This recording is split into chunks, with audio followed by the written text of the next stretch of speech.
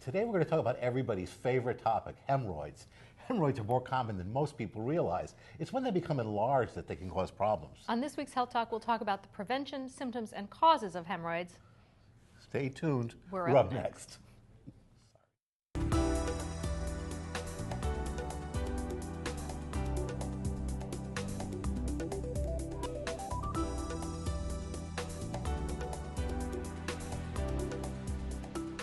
Hello, I'm Dr. Andrea Peterson. And I'm Dr. Eric Mazer. Today we're going to talk about hemorrhoids with Dr. Ryan Bendl. He's a colon and rectal surgeon with Western Connecticut Medical Group. Thank you. Welcome back to the show. Thank you. Welcome. Thank you. So great to have you here. Thank you. And a great topic, hemorrhoids. I mean, we see that stuff advertised all the time, and I suspect most people don't really know what hemorrhoids are. Yeah, so hemorrhoids are very common. In fact, everyone has hemorrhoids. That comes as the biggest surprise to people when I first meet them in the office. And you're actually born with hemorrhoids. We all have them.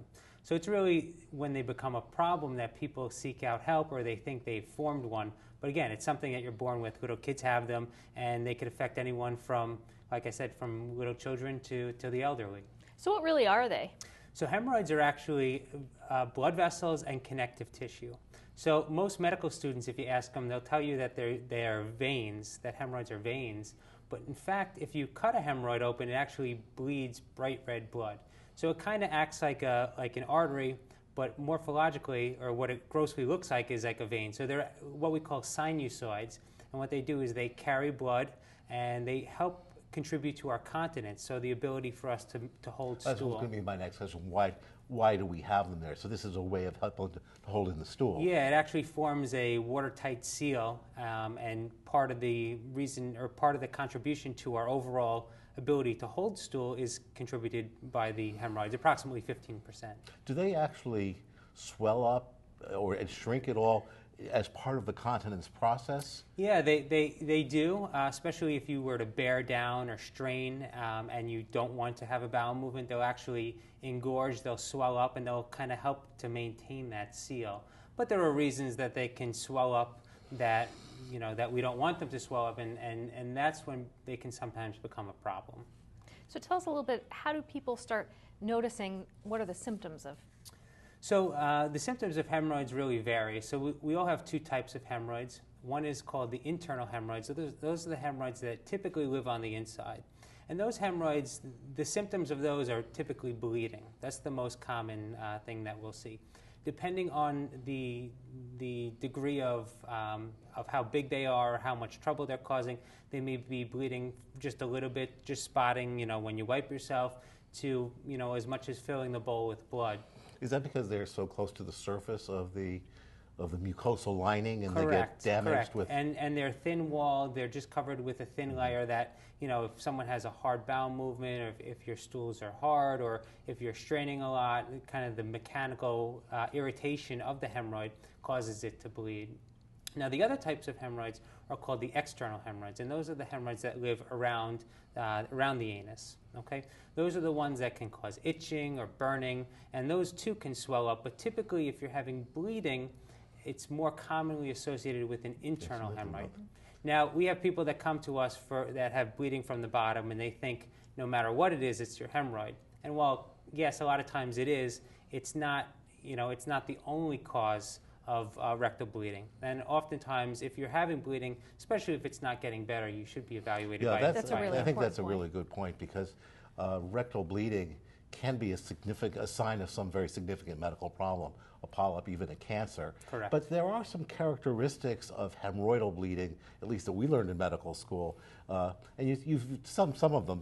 You have a very hard stool. At the end of that, you see a little bit of blood on the toilet tissue or the toilet water. Any other clues for patients? Most of the time, hemorrhoidal bleeding is actually painless. So if you have pain with your bowel movements and you're bleeding, it's more commonly that it's not a hemorrhoid. Now, not to say that it can't be, but a lot of times pain with bleeding is usually not hemorrhoids. How about the old adage, if the blood is mixed with the stool, that it's not hemorrhoidal, but if it's only on the outside, that it is? Again, hemorrhoids live right just at the opening. So typically what we'll see solid brown stool with blood kind of coating the outside, or like I mentioned earlier, with wiping. depending on the degree of prolapse or the degree that the hemorrhoids from the inside can come out, actually they could actually come out of the opening. We grade the hemorrhoids, and first degree means that they really don't, they're just a little inflamed, to fourth degree means that they come out and you actually have to, you're unable to push them back in, and there's various degrees. So you said everyone has hemorrhoids, but does everyone have external hemorrhoids, or is that only after they've been pushed out? No, everyone has both internal and external hemorrhoids. Now, you may not feel anything or see anything there, and that's what would be normal. But again, there are a variety of reasons why they may be enlarged, or what we call pathologic. Some of those include constipation, chronic straining, which can go with a constipation. For women, particularly during pregnancy, or even These are other causes we shouldn't say of hemorrhoids, but of abnormal hemorrhoids. Correct. Hemorrhoid Or they may become enlarged. During pregnancy or vaginal delivery. Sometimes, if you form a blood clot, which what we would call a thrombosed hemorrhoid, may cause enlargement. That typically is painful. Also, you can get some irritation. Sometimes the hemorrhoids can itch or burn, and that may be dietary related. Can be due to caffeine, or can be due to spicy food. And another thing that we recommend for a lot of our patients is to make sure they stay well hydrated. So hydration in a combination with a fiber supplement is usually our first line approach to someone who comes in with hemorrhoidal disease. Why caffeine? Not really sure, but we do know that it causes some itching and burning in some patients. So if someone's drinking a lot of it, several cups of coffee or glasses of soda per day, we'll as one of our first conservative steps, try to ask them to decrease the intake. And I guess we want to be sure, going back to something we were talking about before, if you've got blood in your stool, unless you're absolutely sure it's only at the end of the bowel movement, or you should have it checked out. Yeah, I mean, I would better be safe than sorry. I would suggest seeing a medical practitioner. Now, a lot of times what we'll do is if we see that the hemorrhoids are the cause, we'll treat them and to see if that will improve the symptoms. But all patients 50 or older should be having screening colonoscopies. When someone has bleeding, we perform what's known as a diagnostic colonoscopy. So the bleeding, you shouldn't have blood with your stools. Something there is abnormal. Now, whether it's a small amount and due to the hemorrhoids, it's nothing that we have to be too worried about, but we do need to find the cause of it. Do they run in families? Do you see a genetic or congenital predilection for hemorrhoids? Not necessarily. I know a lot of patients will come and say, oh, their mother or father had hemorrhoid disease and they had surgery for it. It's not something that's been shown. Again, we're all born with hemorrhoids, so yes, everyone has it, but there's no familial disease where certain families will be at higher risk than others. Now, if a family tends to have a very low fiber diet, we may find that the members of that family will have similar kind of disease processes. If people develop enlarged or abnormal hemorrhoids, are they in and of themselves dangerous? Not necessarily dangerous. It can be very painful. So when someone develops an acute swelling or feels like that they have a grape right at the opening, that's what we call a thrombosed hemorrhoid. And that, again, it's not dangerous, but it can be quite painful. And actually, if you see someone like myself or surgeons, some other medical doctors will perform, we can actually remove the clot or the hemorrhoid and relieve your pain much sooner. Now, there also are a variety of over-the-counter and different treatments that we can help to kind of decrease the pain and swelling. How about stool softeners? I know that these are all over the counter. There are fiber supplements like, I guess, Metamucil, but then there are stool softeners like Holace that hydrate are supposed to make the stool more slippy. Do they help? Yeah, I find that fiber is actually better. Stool softeners, again, if you have kind of like a tear or what we would call an anal fissure, that would be something that we would recommend a stool softener. Definitely won't hurt you, and it definitely will kind of decrease that mechanical irritation of the hard stool coming out. But typically, if I had a preference, I would prefer my patient to start on a fiber supplement.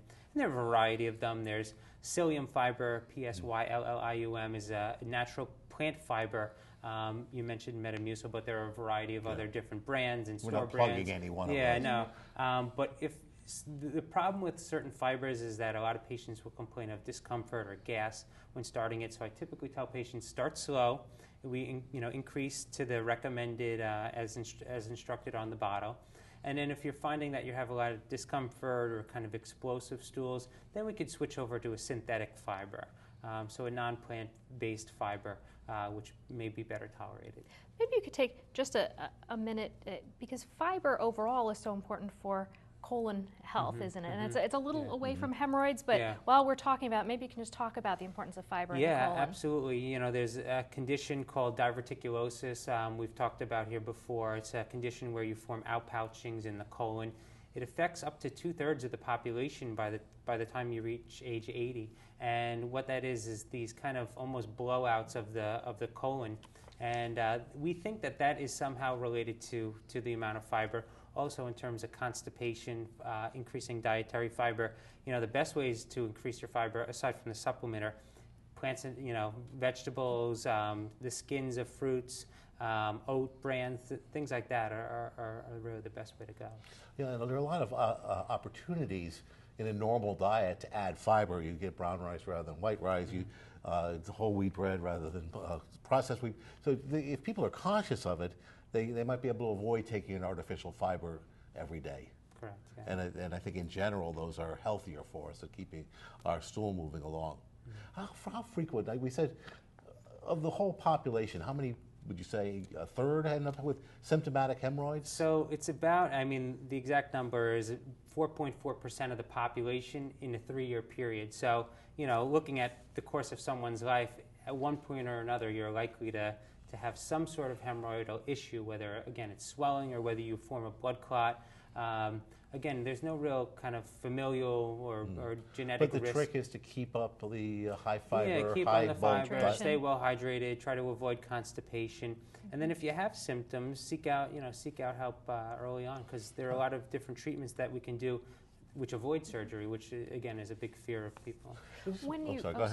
As you mentioned, hemorrhoids are not that uncommon in pregnancy or after, especially vaginal delivery. Do those tend to resolve on their own? Or? They can. A lot of times the swelling is the worst toward the end of the pregnancy. After delivery, it can get better, but what a lot of times happen are people are left with these residual skin tags. And that can become an issue with hygiene, with cleaning, whatnot, sometimes discomfort or itching. And that's sometimes why we will treat them after the pregnancy. Not that we can't treat women during pregnancy, and it's actually very safe to do so, but we usually like to wait till after the pregnancy because it can and oftentimes will get better. Staying with pregnancy, do you find that the more pregnancies a woman has had, the more likely she is to have hemorrhoids? Is it a cumulative effect? Yeah, that seems to be the case. The more pregnancies or the more vaginal deliveries, again, what that does is that actually causes pressure in the pelvis. And the way that the hemorrhoids work is, remember, as we strain or as we bear down, they're filling up with blood, and they're becoming, with a baby sitting down in the woman's pelvis, it actually causes the hemorrhoids to be more engorged. We have less than a minute left, but how about obesity? Along those same lines? Yes. Same pressure in the abdomen, more likely to have hemorrhoids? Correct. So there are several things you can actually do to keep yourself hemorrhoid-free. That's good to know. Yeah. And anything else that we should know for this segment? Like I said, the first sign of any bleeding or discomfort is I would seek help. Really, the fiber is the way to go. Okay, Great. Another good reason to have fiber in your diet. We haven't come up with a bad one yet, except maybe the bloating. We want to thank our guest, Dr. Ryan Bendl, for coming on Health Talk today and telling us all about hemorrhoids. We want to thank you, Brian. Thank you. Brian. Common and important topic, and we'll see you next week on Health Talk. Thanks for watching. Be well.